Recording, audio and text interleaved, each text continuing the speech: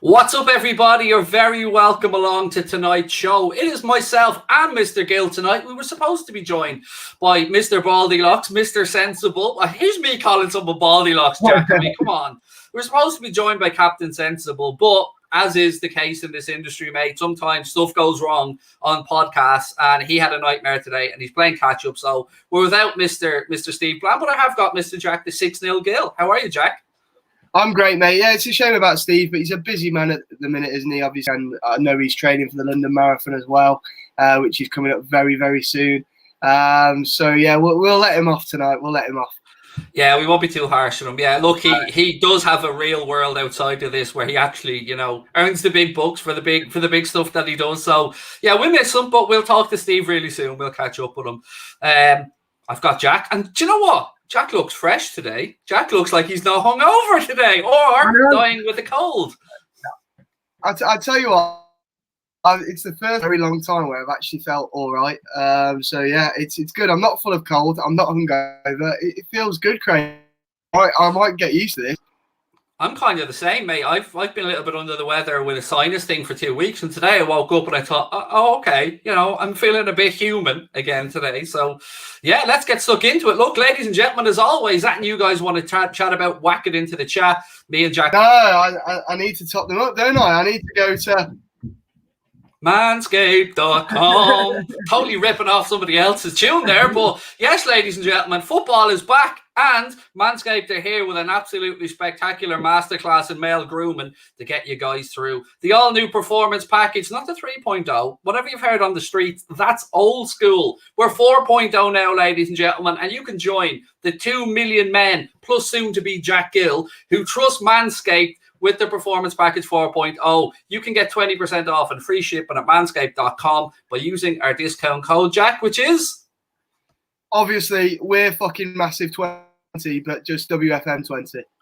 WFM20, that's the one. The performance package is class. It includes the Lawnmower 4.0, the ear and nose hair trimmer, which they call the Weed Whacker. Both are waterproof. And as Jack likes to say, if you want to sit in the bath in the dark and shave your nuts, you can do it with Manscaped because it is waterproof. It does have a travel lock and a 4000 KAIDE LED light. Ladies and gentlemen, this package also comes with 2 free gifts, which is the boxer briefs, which are really comfortable. Am I wearing them now? Actually, no, I'm not wearing them now. And that also comes with the Shed, which is their travel bag. You also get the crop preserver and your ball deodorant because, Jack, who would have thought we could have survived this long without ball deodorant? I'm just currently thinking, Craig, of, getting home from a long, hard day at work, getting a nice bubble bath made, candles surrounding the bubble bath purely in the dark, whipping out that Manscaped Lawnmower 4.0 and just going ham on your balls. But obviously deodorant up first. So yeah, what a night You'll have to tell all your housemates to put ear protectors on, though, because of that 7,000 RPM motor that comes out of that bad boy, Jack. Wow. Yeah. Look, ladies and gents, get yourselves over to manscaped.com. Use our code WFM20, 20% off and free shipping. Right, let's get to the footy. Craig, I'm only doing match days now. Well, I am only doing match days now, but we also have a show. This night was supposed to be the Cop of the Week, so it was outside of the realm of my job. Jack does all the late night agendas, but we had to pull out with Steve here at the last minute, so we jumped in as a duo. But yes, I am doing match day content only. Jack will be doing the new shows. That's his baby. But this is an in-between thing. This is a filler. Let's cut it that way, because I'm going to admit right here now, I absolutely forgot all about the Norwich preview, Jack. I completely forgot. Yeah, and it's a landmark night tomorrow, isn't it, Craig? I'm actually really looking forward to it. My first watch along with you on Liverpool, and yeah, I'm really looking forward to it, Craig. You know how much I'm gonna have to be careful how I word this because I know it's 2021 and people clip things up, but you know how much I love Liverpool youngsters. And I'm really looking forward. If I said that, mate, that's a career ender for me. If I said that, and look. I'm really looking forward to see some of the young lads in action. Kay Gordon obviously missed the under-23s game yesterday. I reckon he's going to start. Connor Bradley too. Tyler Morton, interestingly, was withdrawn at half-time, so I think he'll probably be in the squad as well. I love the Carabao Cup. Sometimes Klopp gets slated by opposition fans for what he does, but I think it's brilliant, and I wouldn't want it any other way. I always want us to play the kids in these rounds, no matter who we get. And I'm really looking forward to tomorrow. I really, really am. Jens said, always look on the bright side of life. Dude, we're Liverpool fans. We're always happy, us, mate. Always looking on the bright side of life. Jens is a United fan, by the way, so maybe he's had to hum that song to himself over the last few years, due to them trophyless, barren few years. Not that I need to remind you, sir. I know you know only too well. Jack, yeah, looking at tomorrow, we've had confirmation from Pep Linders today that Caoimhín Kelleher, a.k.a. the Conor Crosby lookalike, will be starting in goal tomorrow. We've already seen a fully changed back four. Who would have thought we had the capabilities, by the way, of making a fully changed back four for the last league game? What are we thinking for the back four tomorrow? I think there's going to be a spanner thrown in the works. I can see Andy Robertson starting, to be honest, Craig. He was rested, obviously, for the weekend. He's only played 2 Premier League games this season. It wouldn't surprise me if he's bought into this one. We know in previous seasons, Klopp's put some players in, like against, I think, Lincoln it was last year. Van Dijk obviously played that one. So for me, I think we're going to see a lot of changes, but I think he'll go with 1 or 2 of the first team players. It wouldn't surprise me if those are Robertson or Mane or maybe even both. Yeah, it's an intriguing one, this, because I always get both excited and terrified in equal measures at the prospect of the League Cup, because it's always going to be a mixed bag. Trying to predict the starting 11 is very difficult work. We did have a bit of confirmation today. Thiago's definitely going to miss this game, and he's definitely going to miss the Brentford game, which, by the way, Jack will be covering the Brentford game on Saturday. He's stepping in like a hero to cover the day, because I'm going to be off sauntering around London. Me and AJ besties. Well, I'll be about 200 feet from AJ up in the skies, but still, Jack will be taking over. So thank you for that one, Jack, for stepping in. Yeah, look, so we got Thiago's out for at least 2 games. Didn't give any definitive date about when he'd be back. We also know that it looks like Trent, they'll come too quickly for Trent as well. At least Tuesday will come too quickly for Trent, who has an illness which isn't COVID. You know, Pep Linders went out of his way to say that they have tested for that. They regularly test. So, a few little midfield headaches is starting to creep in now as the squad starts to get stretched already a bit. Yeah, but it's all right because we got our main fella, the Curtis Jones, haven't we? The CJ. Mad that he's playing his 50th appearance for Liverpool already tomorrow, by the way. Incredible. I didn't realise he was reaching that landmark already. It shows, that you've got talent if you're 20 years old and you're playing your 50th appearance for Liverpool Football Club, particularly for Jurgen Klopp as well. I'm absolutely delighted that we'll see him tomorrow, and I think we'll see more of him going forwards as well. I've liked him when we've seen him from the bench in the last couple of games, Craig. At times we've seen him on that left wing where he played a lot of his time in youth football. He looks like he's got an extra, he looks a lot fitter than last season. He looks like he's got an extra yard of pace. I think he's a top talent, Craig. I really do. And I think now the couple of injuries we've had, which are obviously unfortunate and leaves us a bit narrow, but I think that means a positive in a way because we can see now more of Curtis Jones, who had a fine season last season. Want to just say this will pull us up. Thank you for the super chat, Casino Wing Clips. Go on, lads. Love from Foxrock, Dublin. Firstly, anybody from Dublin will know this, myself included. If somebody says love from Foxrock, Dublin, they got money. They've got money. It's a very, very nice area of Dublin, I have to say. I went to school just up the road in Stillorgan, which is about three miles away or so. And there was a school in Foxrock called Loretto Foxrock, which was just full of, when I was in school, bear in mind, this was young me. This isn't me now being a dirty old man. But when I was in school, all the female talent was in Loretto Foxrock. It was a very well-to-do school. So lots of love right back to you. And thank you for the super chat. On tomorrow, Jack. Go on. I have to say, it sounds like something from the Flintstones, that place. Foxrock? Oh, man, it's Millionaires Row up there, honestly. It is very, very, very nice part of Dublin City. It's nice when they build walls around it to keep people like me out. Do you know what I mean? Yeah. They didn't succeed, though. They didn't succeed. Where there's a will, there's a way, Jack. Where there's a will, there's a way. Right, look, I just want to really quickly nip something in the bud because I see a lot of people in the chat asking stuff about that football. Really quickly, I don't talk out of school. I keep any issues I have with people and sort them out behind the scenes, privately, the way they're supposed to be done. I will not speak badly of anybody else. It's not my way of going about it. I only wish people well. So with that in mind, if you wouldn't mind, just, there's no point in me going back over it. I don't want to badmouth anybody and I don't want anyone badmouthing me. So let's just move on. Right, Jackie boy. Such a posh part of Dublin, says Ella. There you go. Tomorrow, it's easy for us to sit here and think of how strong Liverpool are going to go, but how strong will Daniel Farke go, do you think, with Norwich? Because it's fair to say they're already looking like they're in a relegation scrap this season in the Premier League, and that surely has to be his priority, to try and stabilise them and make sure that they get as close to staying up as they possibly can, or, succeed. Well, they hammered Bournemouth in the last round, didn't they, when they played a few players that they brought in for the summer, a couple of young players too. They looked good, actually, that night. But for me, Craig, everyone knows what happens with Norwich. They're the biggest yo-yo in the English leagues, aren't they? They come up, they go back down. For me, they'll go full strength because everyone's expecting them to go down. They haven't got a single point on the board in the Premier League, so they may as well make for it in the Cup. And when you play Liverpool in the Carabao Cup in the early stages, we're going to put out a lot of youngsters, and for Daniel Farke, he'll be seeing this as an opportunity to raise a bit of confidence within the camp, and beating Liverpool, whether we've got the kids out or not, would be a big thing for them. So it wouldn't surprise me if they go full strength and make very few changes. Yeah, it's going to be an interesting one. Now, looking from our point of view and the youngsters, you are our go-to for all things underage levels at Liverpool. Apart from KAIDE Gordon, the obvious, Curtis Jones, Caoimhín Kelleher, who else should we be maybe looking out for tomorrow, even on the bench?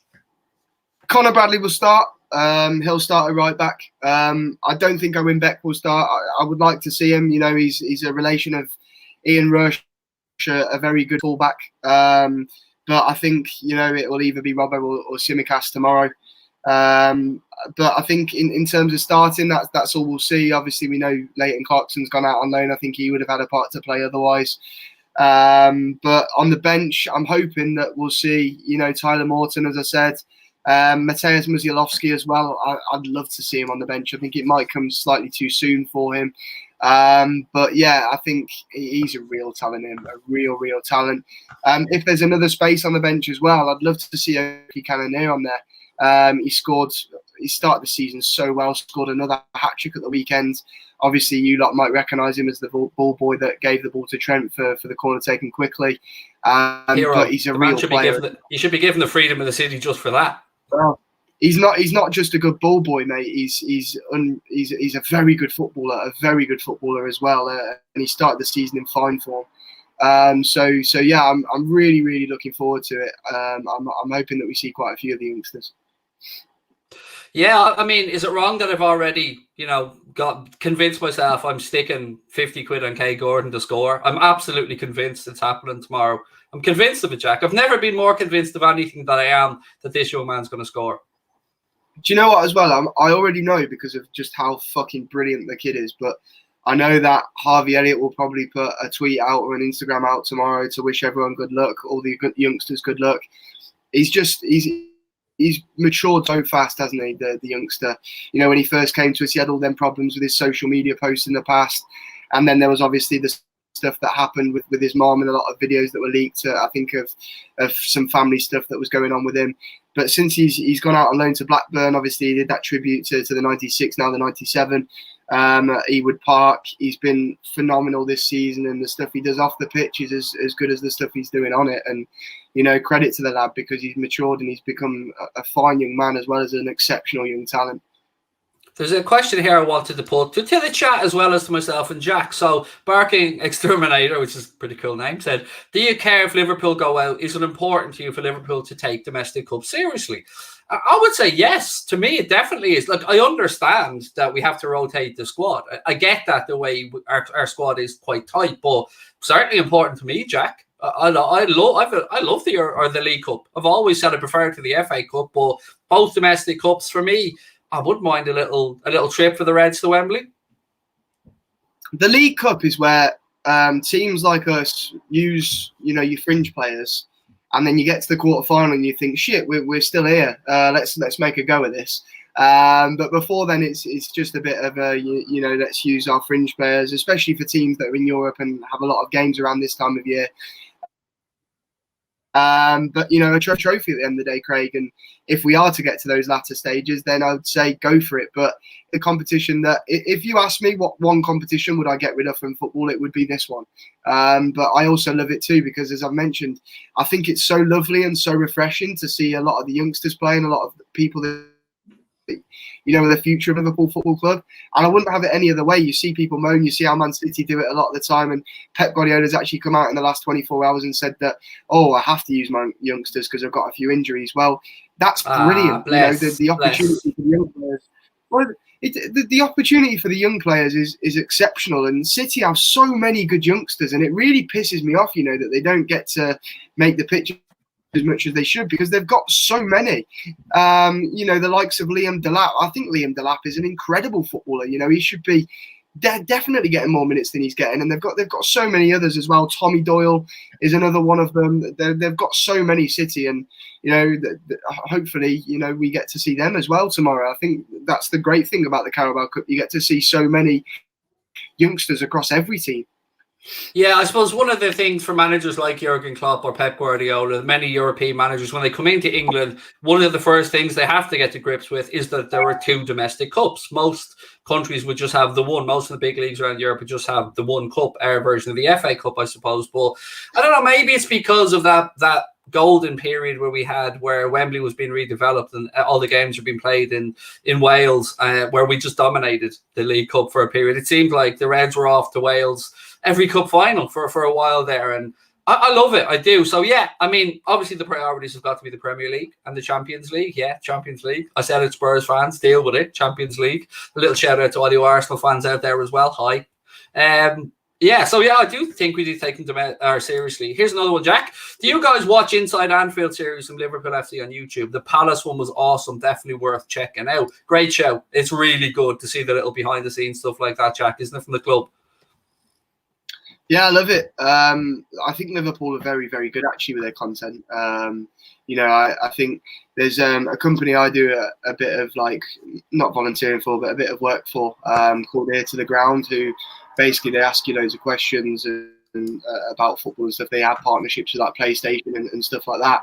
And I was on a call the other day with them the other week, and we were talking about like different YouTube channels, the sort of way you can go about doing things and stuff like that. And they were all praising, you know, the Liverpool accounts and, you know, the This Is Anfield and stuff like that, the inside training sort of thing, inside Anfield as well, because it's just so unique, and at face value, it doesn't look like it's going to be something that people are going to tune in and watch, but it gets so many views, and it's brilliant every time. And you know, it just shows the personalities in our squad, because it's just, who would want to watch? Who would want to sit there and watch a team train?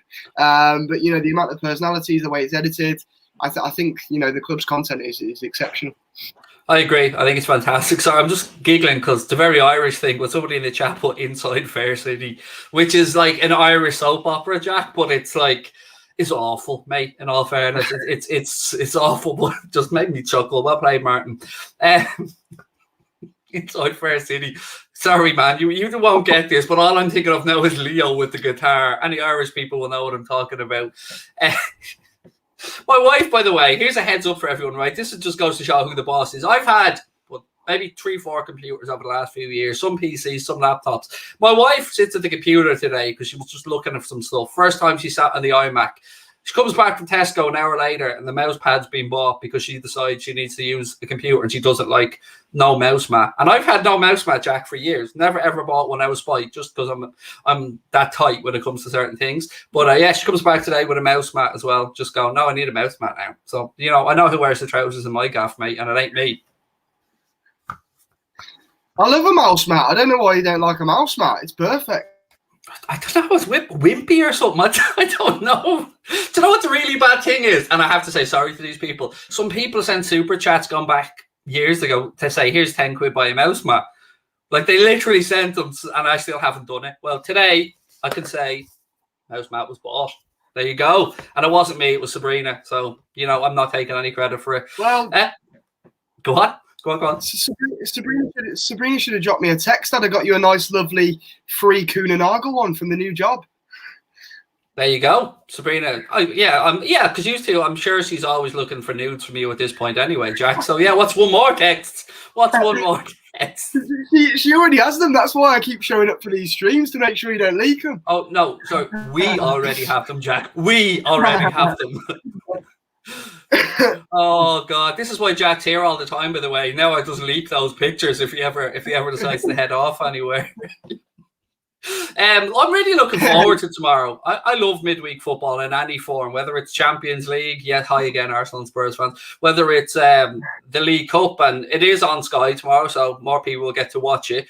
I just want to take you back really quickly, because I haven't spoken to you since this happened, Jack, and I know we all love a bit of Man City slander in the chat, so let's have a bit of fun with Mr. Guardiola's comments and the response from the supporters club. And I have to say, the guy from the supporters club, I absolutely understand where he's coming from with local fans. You know, it being difficult at times to get to the ground, and that's where I suppose it becomes very apparent that City do have a very loyal group of fans that went down through the divisions with them at Main Road and stayed loyal to the club and are of course enjoying the club's success now. But outside of that, this is where the myth starts to crumble. They can't fill for a Champions League night against Leipzig. Again, not a dig at the locals. I absolutely understand. Money's tight.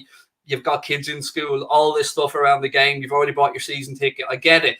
But there's no way, mate, that Anfield or Old Trafford or Stamford Bridge wouldn't have been almost packed to the rafters if Leipzig rocked up for a Champions League game. And it was a 6-3 game as well, by the way. Yeah, you could have bought tickets on voucher for a 9-goal thriller in the Champions League. It's quite frankly mental. But I got quite a bit to say on this, Craig, to be honest, because my initial feeling to both sides of them is what a bunch of fannies. You know, the whole way that both Guardiola and the guy from the supporters group handled it was just ridiculous. Like, what are you doing? Guardiola's comments were a joke. The supporters group, I get what he's saying completely. You know, as someone who, you know, I've spent my entire university life in Manchester, I'm well aware that, you know, City's fan base is very mank, you know, but they happen to be around, you know, the two biggest clubs in England, whether we like it or not. Manchester United at the minute, you know, in terms of global fan base, are the biggest club in England, and then not too far behind is us, obviously, and we're both the neighbours of Manchester City. But in terms of City, they do have a strong fan base from inside Manchester, but it's still obviously no rise of us and Manchester United. And, you know, over time, they will get as big as us because they've had the money to buy the glory, and with glory comes more supporters from across the world, and they'll get what Manchester United have, what we have. But for now, they're going to have to start getting fans. And you know what? All for selling cheap tickets. You know, we make a joke because it's Man City and the empty ad and stuff like that, but I'm absolutely all for cheap tickets in the Premier League and the Champions League. I remember when I was at UCFB, they used to practically hand out tickets to the students there. But yeah, it's just funny because it's City, let's be honest.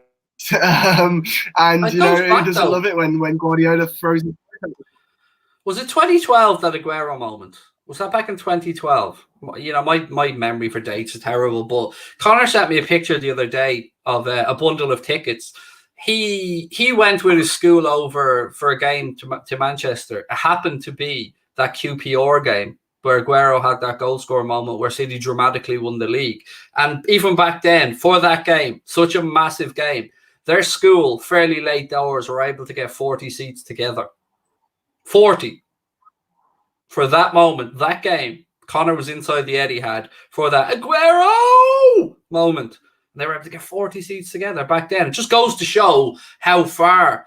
And again, this isn't a dig at Man City. I suppose this is more talk of how far even the globalization or the financial side of football has moved along, because the price was 20 quid as well at the time. And, you know, the average ticket price now is probably somewhere around between 55. And then if you go into London, maybe, you know, higher again. But yeah, it's mad. Stuff like that baffles me.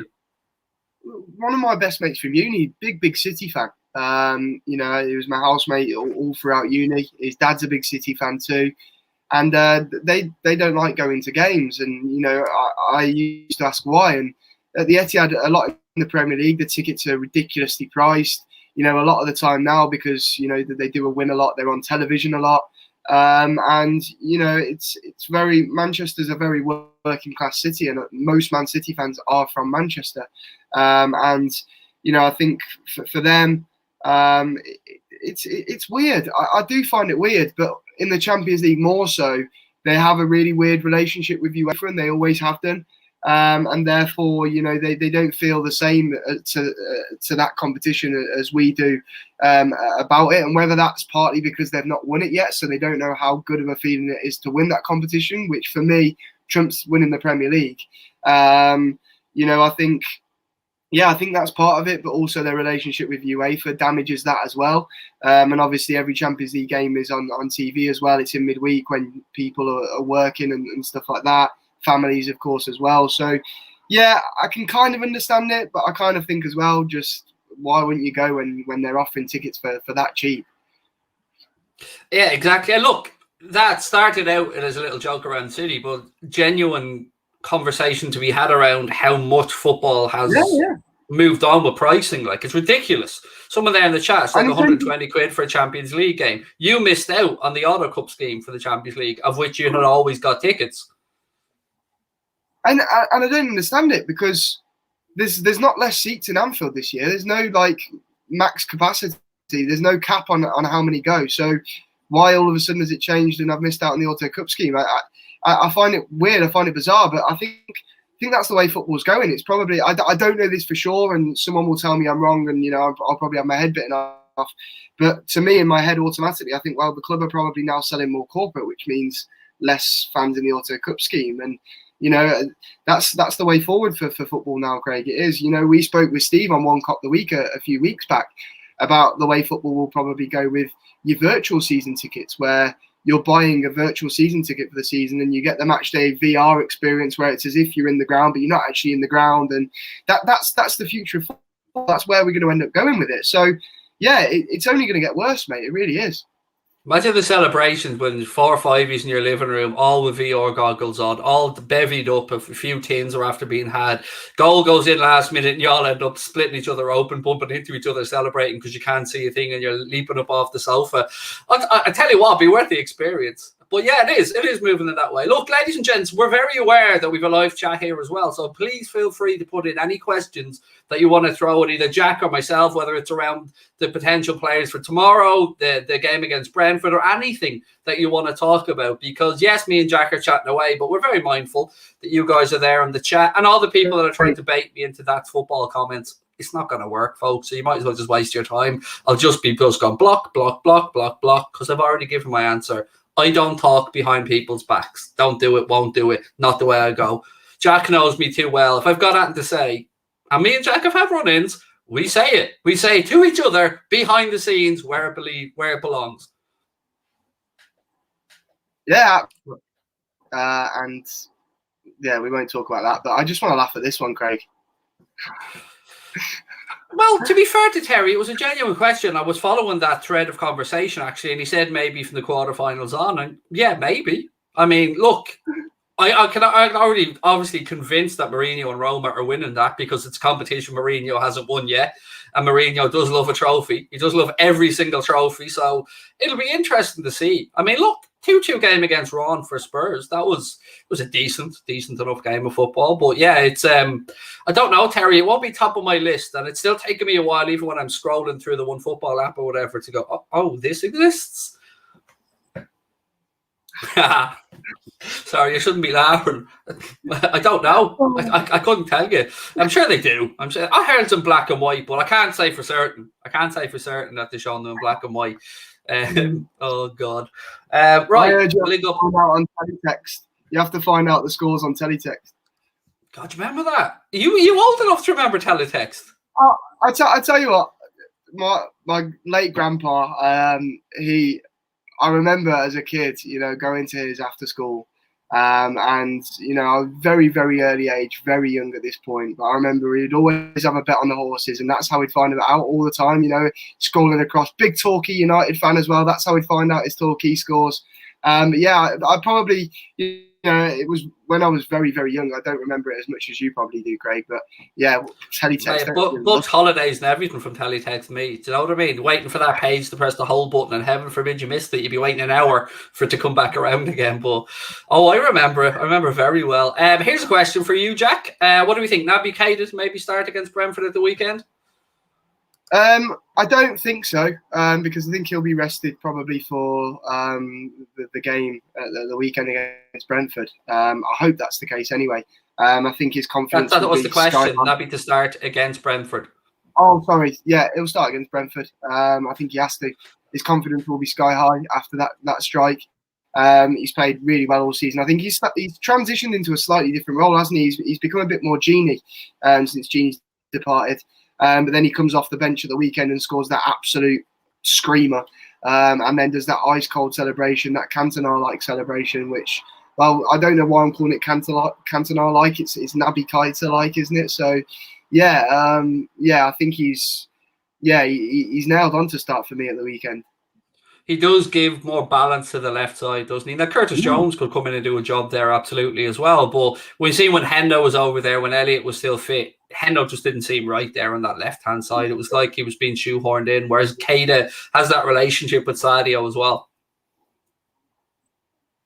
Well, one thing I really like about Naby this season is that he's not afraid now to do the simple stuff right as well. When he first came to the club, we loved him when we got to see him when he wasn't injured, because he was something different, because when he picks up the ball, he's a glorious footballer to watch. But I think this season as well, he's become more, what's the word? He's just not afraid to do the simple things as well, and you can tell it's something that they've probably worked on in pre-season with him, trying to make him a bit more like Genie, because of course we're aware that we didn't replace Genie Wijnaldum. Harvey Elliott was the so-called Genie replacement, but obviously he's a very, very different player to Genie, and it's almost as if Klopp said, well, we still need to get the bits of Genie's game that will be missing, and they've turned to Naby Keita as the one who's going to provide that. True. There's a comment here I wanted to pull up actually as well, because I meant to speak about this the other day. I did see the article on Manchester United's interest in Jude Bellingham, and it doesn't surprise me because we know that Manchester United, Jack, they tried to get Jude Bellingham before he left Birmingham. It was a bit of a last-ditch attempt. He'd already made his mind up at that point, from what I've read, that he was going to join Borussia Dortmund. But they certainly will have an interest in Jude Bellingham. Every top club in Europe will be looking at Bellingham. Yeah, and they're crying out for a midfielder as well. And obviously, we don't know what's happening with Paul Pogba. He's in his last year of his contract. Is he going to sign, or is he going to fuck off? So yeah, it's an interesting one. But I'd be gutted if he goes there, Craig. I really, really would. I'd be disappointed in Jude, because I know he's twerking for us. He'd love to play for Jurgen Klopp. I know he would. We're twerking for him, but he's given us a little twerk back. I'm sure he is. Yeah, I think Agent Hendo was at work there during the Euros and stuff. Jude Bellingham, I wouldn't be surprised if Hendo followed him in and was talking to him outside the toilet cubicle while he was having his morning movement, because he didn't seem to be getting far away from Hendo. And we all know if Hendo sets his mind on something, we know he usually gets the job done, Jack. Hendo was there with a Manscaped lawnmower 4.0, sorting him out every morning because he's too young to do it himself. That's what probably happens on England duty. I heard that every time Rashford or any Lingard or any of the United players came near him, Hendo just like growling. That's what I heard, and I believe that to be true as well. Or just gave him the Costa look. Do you remember that look? The one he gave Thiago Costa. That nobody messes with Hendo. Yeah, look, it's going to be an interesting race for a signature, no matter what happens, and I don't think it's going to be that straightforward for any club. I'm not naive enough to think that if Liverpool go in from, we probably won't have to sell. We'll have to sell a player or two to fund that deal, because you're talking, I'd say you're talking breaking air club record anyway, Jack. Probably more than the 75 million that it costs to get Virgil van Dijk. So yeah, it's going to be a tough one, but we have been miserly, if for want of a better term, at times.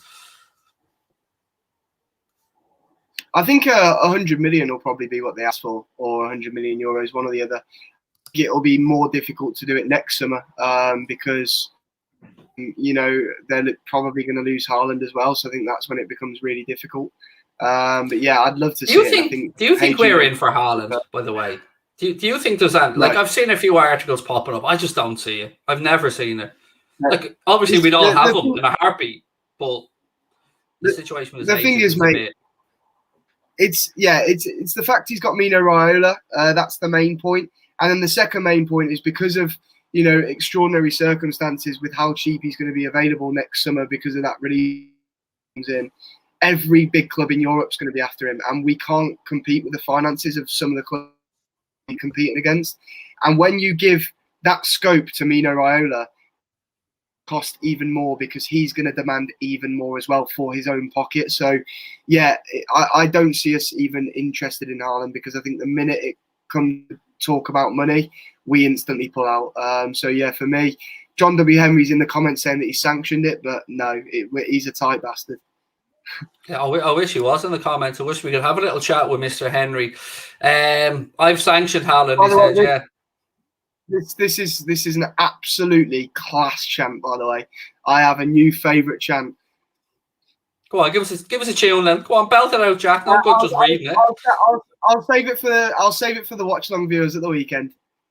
I'll tell you what, I've heard a little rumour that you're talking about shaving your head, mate. I heard there was a rumour somewhere about you shaving your noggin. There is a rumour. There is, and the missus wasn't very happy when she saw it on the stream the other day.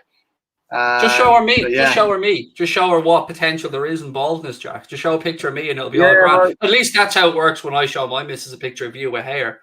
I don't know if it works the other way around, but yeah, I will do it.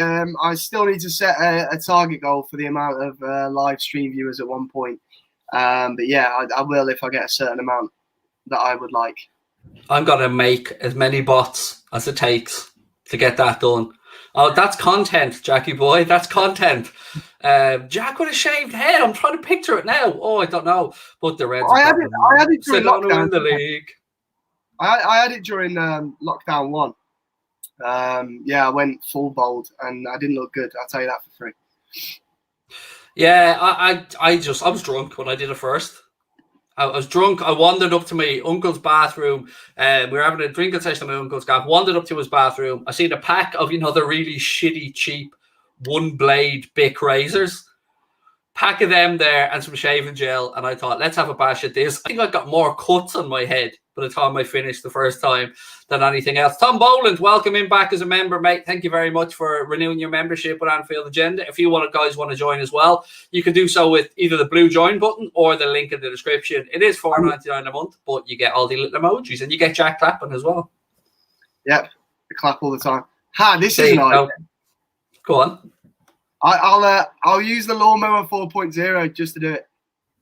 And obviously, I won't be able to show it on stream as well, but I'll give me a full body manscape. We could. I can see the content now, Jack. Camera pans, comes in, bathroom door creaks open. Jared, just a silhouette figure in the bath. No lights on, of course. Just pure dark. Then Jack flicks on the 4000K LED light, bit of light in the scene. Then obviously camera pans in.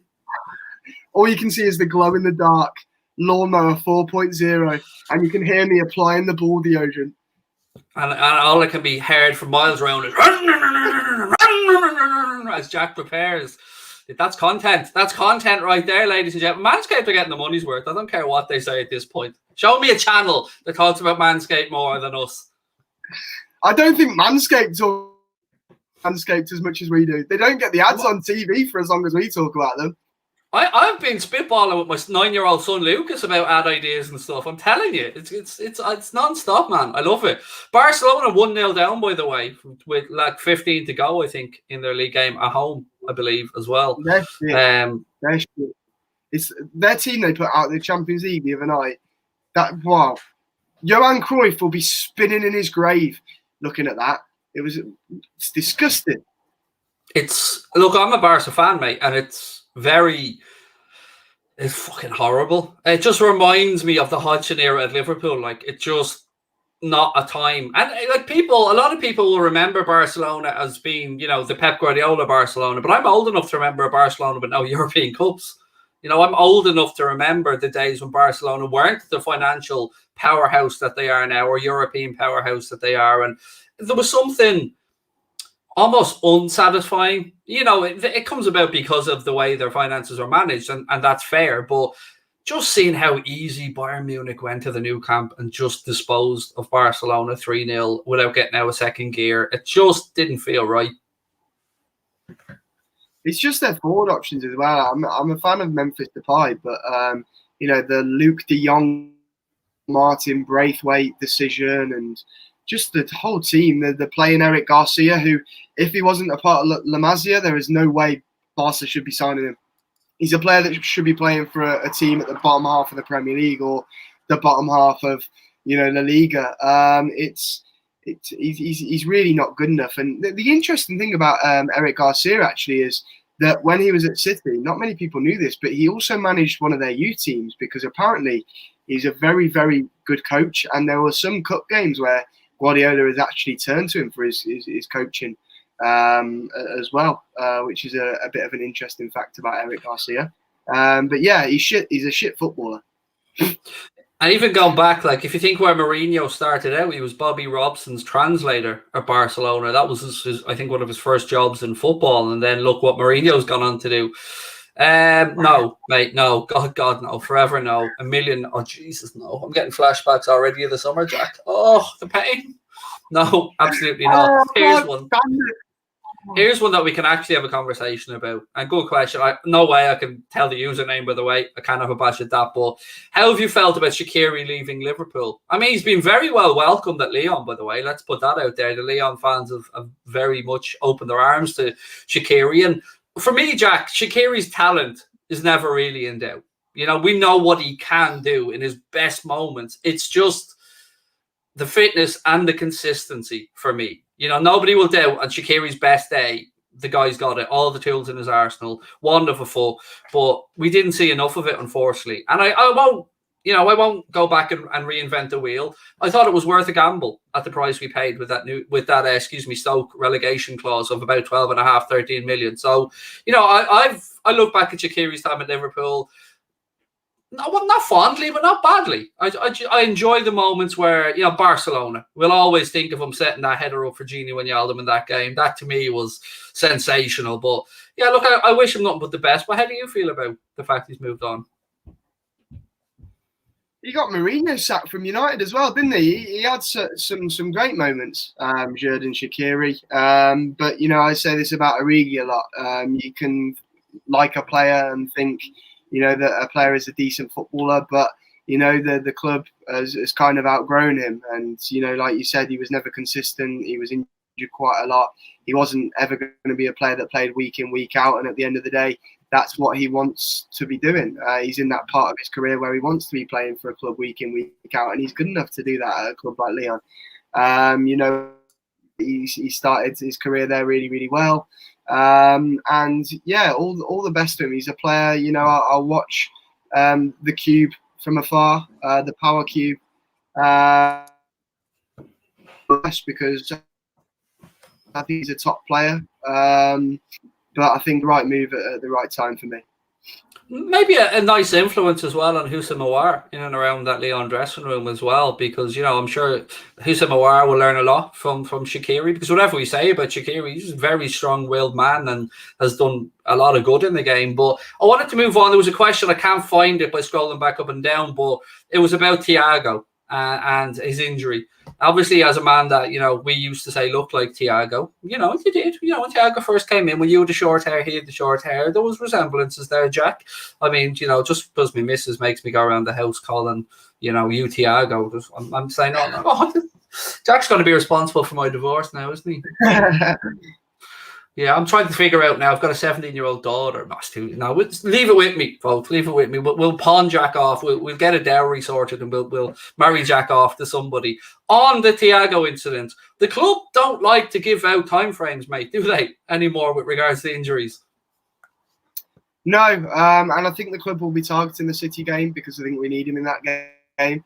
But obviously that might come too soon. And it did annoy me, the news stories earlier, because Linda's kept his cards close to his chest. He actually said, you know, he's not even had his scan yet, but it's a calf injury. He'll definitely miss, you know, the next week, which is absolutely fair. He may also miss the City game, but they haven't even had the scan results yet, so it's very hard for them to put a time frame on it. It didn't look good, the guy off the pitch, but he struggled, didn't he? And you saw, the TV cameras showing him having a discussion with a fan, clearly trying to explain what was wrong with him. But yeah, I think that's the target for him. He's going to miss them 2 games. Fingers crossed he can be back for City, but it may come too soon. Yeah, we've seen Pep Linders talking about his growing influence on that game at the weekend and how he thought that Thiago was showing signs of controlling the midfield and the tempo and doing all the little brilliant things that Thiago does. He was outstanding, and I was so gutted for him when he went down injured, because that's been his struggle, hasn't it? That he struggled to find a rhythm since moving to England. And when he did get his rhythm was at the end of last season, when he had his best games for Liverpool. Then he had hardly any game time in the summer, short pre-season. Came into it. He was rusty at the start of the season in a couple of the games. He came off the bench for. But this game was the best I've seen him play so far this season for us. And he, once again, his rhythm's been disrupted by an injury. So I really feel for him. But yeah, I'm hoping he's back for City, because I think again that's another game that he's capable of controlling, and I think he could be the difference in a game like that. He really could, because we all know the ability in that City midfield, and he has the abilities to dominate that midfield battle. Yeah, I'm looking forward to that game. Obviously, you don't take any games for granted. And I don't think Brentford, you're covering that on Saturday, actually, on the channel. I don't think that's going to be a walk in the park, by the way, because Brentford, they play a very high-intensity brand of football. And I like them. I said when they came up, this is a club that's building and that wants to stay in the Premier League. Obviously, they have their nice new stadium there as well. But the manager and the way he's got them playing, the confidence. And I won't lie, I love seeing a bit of Sergi Canos as well doing well. I love seeing Sergi Canos being a Premier League footballer after coming back up with Brentford. But that's not going to be an easy trip, Jack, on Saturday evening for Klopp's boys. I'm going to make a prediction. I wouldn't be surprised if Brentford, at home, at their new stadium, I wouldn't be surprised if they beat 4 or 5 of the so-called top 6 there this season. I wouldn't. No, obviously we're not including Arsenal in that. We're talking top 6 here, so we're not including Arsenal in that. Hi, Arsenal fans. But yeah, I think it's a very daunting place to go. Brand new stadium, a fan base who are loving the fact that their club are in the Premier League for the first time. A good side who play a good brand of football in the Thomas Frank. They've started the season really, really well. He's a really likable guy, isn't he, Thomas Frank? He's a very likable manager. Yeah. The whole club is. For years I've been watching Brentford in Darren McAntony, the Peterborough chairman, talking about Ivan Toney. I really how good they are at investing, and they lose some of their talent. It's fine. They're so good at bringing new players in, and their transfer, their recruitment policy is very, very good. I don't know how they've still managed to keep hold of Brian Mbeumo. He's a player I really like, and a player that I'd love to see at Liverpool. And yeah, for me, I still think we're going to fucking smash them 6-0, mate. But it's it's not going to be a walk in the park, that's for sure. Brentford fan here. I think Liverpool win, unfortunately, but it won't be embarrassing. I take pride in that. Look, whatever happens, mate, you should absolutely take pride in the developments that Brentford have made. I love the fact that a Brentford fans just tuning into the Cop the Week on a Monday night. Fair play. Obviously, the man knows football, or Frank knows football. This is clear. I wouldn't be surprised if that is Thomas Frank. You know what I mean? Behind there, just trying to figure out what's going on, what Liverpool might do. Thomas Frank loves it, but no, I love a glass of red. For Brentford. He loves a glass of red, doesn't he? I love a glass of red. But do you know what? When they lost Ollie Watkins, got a really good fee as well for Ollie Watkins, and then they go and bring in Ivan Toney, who just smashes the championship goal-scoring record. I mean, that's top-notch recruitment, whatever way you look at it. They're so good at it. And to be fair, credit to Peterborough, because they're quite good with recruitment as well. When they lost Ivan Toney, they brought in Johnson. Good man, Jack. Keeping on the good side of Darren McAntony. Good man. He sees the interview potential for the future. I love it, Jack. Well played.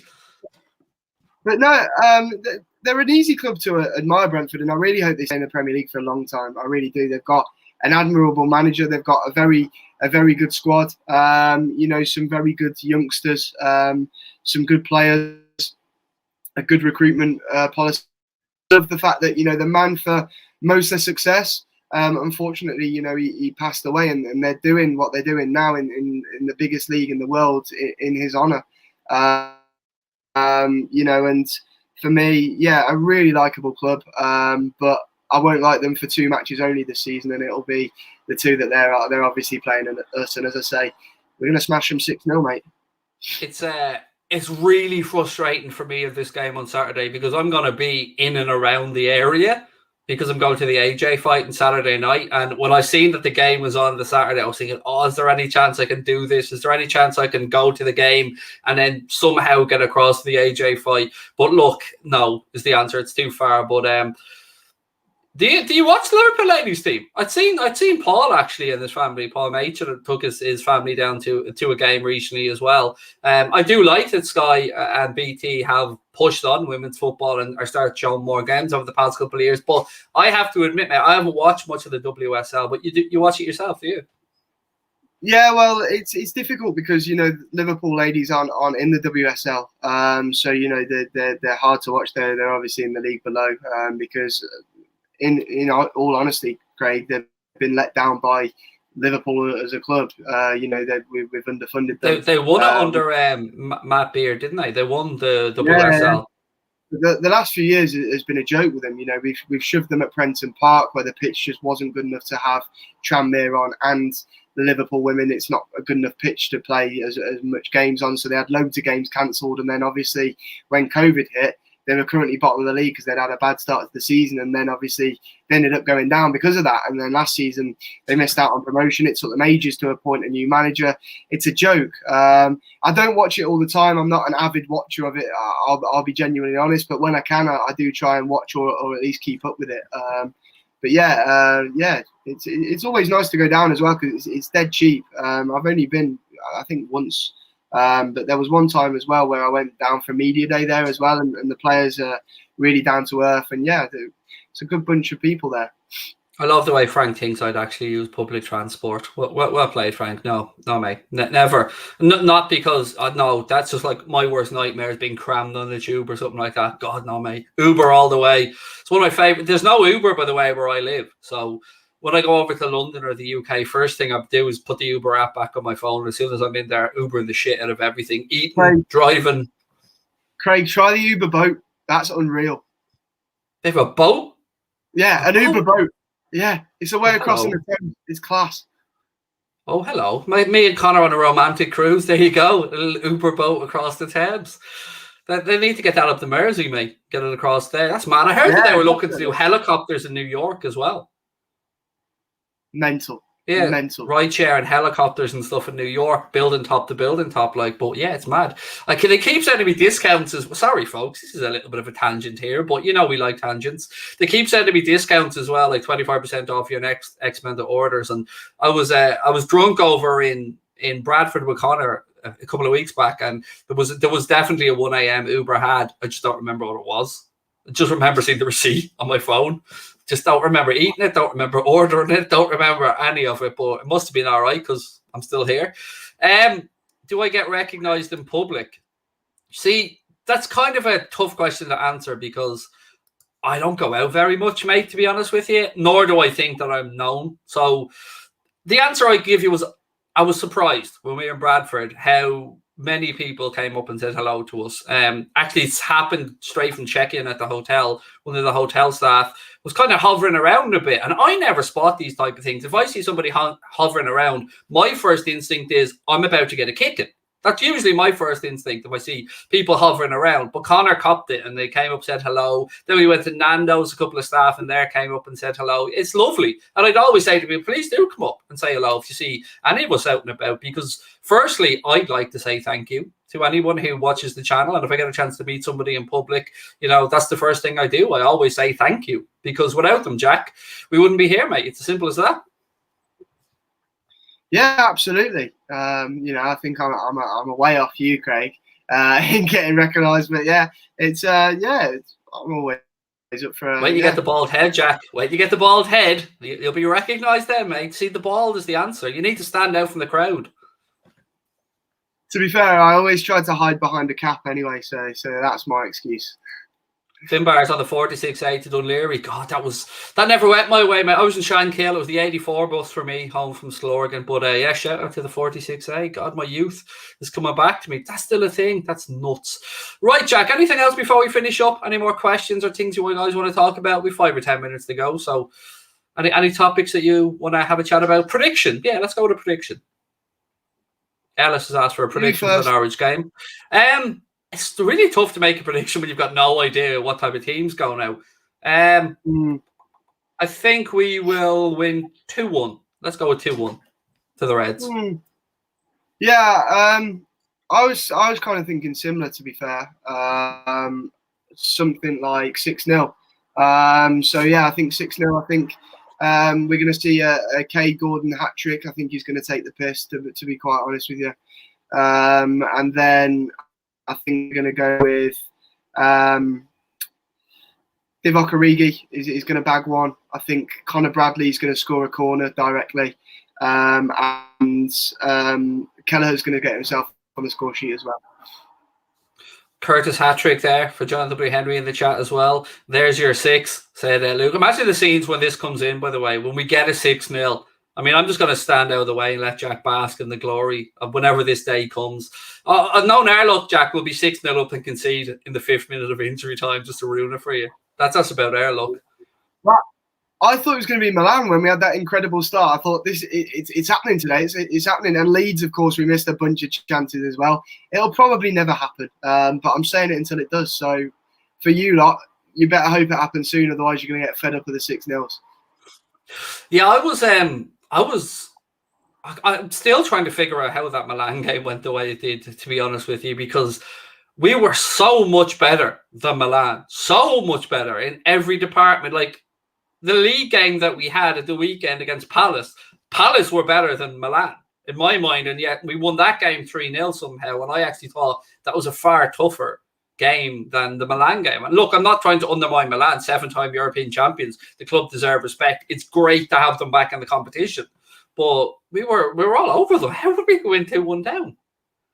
It's actually mad how that Palace game went, because went from 75 minutes being so cagey, so close, so tight, worried that we had such a narrow lead, and Palace were looking threatening at times on the attack, to then looking in complete control for the last 15-20 minutes, where it was taking the piss, and it was like we're title contenders, look at us. Yeah, it was a tough game. The scoreline doesn't really suggest it, but Palace will be fine under Vieira. They played some nice stuff. It's a relatively new team. They lost a lot of players in the summer. Obviously, they let a lot of players go for free. But yeah, they're doing well under Patrick Vieira. I'm quite impressed. I've been impressed with their resilience as well. Like, Gallagher, obviously, he's a good signing on loan from Chelsea. Edouard, I was surprised he didn't start. He looked a bit of a handful when he came on. Obviously, a good little battle with KAIDE for one incident that forced us into doing some defending and Alisson to making a save. But yeah, they certainly have something about them. I've noticed. I was wondering how he'd get on as a manager in the Premier League. Obviously, he'd had spells with Nice, and he'd had spells with in the US with one of the one of the City brands. It was the New York City FC, I think, over in the States. But I like the way he's setting them up. They look like they've got something about them, don't they? Yeah, they really do. Obviously, it was difficult to call who was. They took their time. Vieira came from nowhere, really, and a lot of people question the appointment, but I like him. They play a decent brand of football. They've got some decent players. Edouard's a good signing. Conor Gallagher is a fine player as well. They've got a brand new centre-back pairing. Mark Gay obviously comes from Chelsea. He did really well on loan at Swansea for 2 years. He's settled down in the Premier League, and obviously they have Anderson, who did well at Fulham last year as well. So yeah, they made some decent signings. and with a good brand of football, a good manager as well. Players like Eze, who I know is out injured for a while, Zaha, and I forget his name, the young lad they brought in from Reading as well. They've got some real players there. It's weird. I still think of Martin Kelly when I think of Crystal Palace. The Manscaped has cut my ghoulies 3 times, but I love it. Hang on, are you sure that you're accurately using the advanced skin-safe technology from Manscaped there? I mean, are you sure you haven't adjusted the 7,000 RPM up a little bit there, mate? We've got to be careful. Or either that or you're suffering with bins yourself, Martin. And if you don't know, by the way, ladies and gentlemen, bins is big Irish nut syndrome. It's an affliction that we suffer with, us Irish men. But, just look after yourself, Martin. And lash a bit of the old... I tell you what, Martin, if it's cut you 3 times, lash the deodorant on immediately and let us know, does it sting, like in real life when you put aftershave or something on after a shave. Let us know that your nuts sting, mate. I'm genuinely intrigued to know. I want to know. Right, what else before we finish up? Tomorrow, this is what's happening tomorrow. Myself and Jack will be doing a joint watch along of the Reds game against Norwich. Then we'll have a post-match reaction show together as well, and hope you guys can join us for it. We'll be live. What is it, 7:45 game tomorrow, Jack? Yeah, 7:45. So we'll be live from 7:15. Jack will be live on Instagram for just maybe 10 quick minutes to do the team announcement show. And then we'll come on and we'll do a full preview of the game from 7:15. Post-match reaction show as well. Hope you guys can join us for that tomorrow. It's been great fun tonight. I thank you. Jack really has cheered me up and made me smile after a difficult 24 hours, but it's always fun catching up. See, this is why I'm a little bit glad Steve wasn't here, because he would have been all captain sensible and making us talk about factual stuff. And, once we're left on our own to our own devices, we're just like 2 big children, basically, Jack. And God knows where it can end up. Yeah, we shouldn't be allowed to do them, really. But yeah, it's I'm looking forward to tomorrow. It's going to be good fun. It's going to be good fun. It is, and hopefully a good League Cup run as well. Yeah, fingers crossed, mate. Fingers crossed. Ladies and gentlemen, thank you so much for joining us again tonight. Drop a like on the video, hit that subscribe button. I can't believe we passed 120,000 subscribers, Jack. All us. Mental. I can remember when we hit 100k. So yeah, the next one's 150k, and then get us to 200k before the end. I'll be live on Craig Station as well on Wednesday, by the way, guys, for the League Cup game there. The West Ham United game, I think I'm going to do over there. So don't forget, there is a link in the description, the Craig Station. That is the channel I'm going to be doing a lot more content on now that I have a lot more free time. So more watch-alongs and stuff over there. Link in the description. But firstly, thank you for being an awesome chat as always. Look at the love in the chat from everybody. You guys are amazing. Thank you so much. We'll chat to you tomorrow. Enjoy your evenings. Take care. Up the Reds. And Jack, what's the score going to be? 6-0. Wait, there we go. And we're going to win the league even though we're broke. So there you go. Thank you very much, ladies and gentlemen. Take care.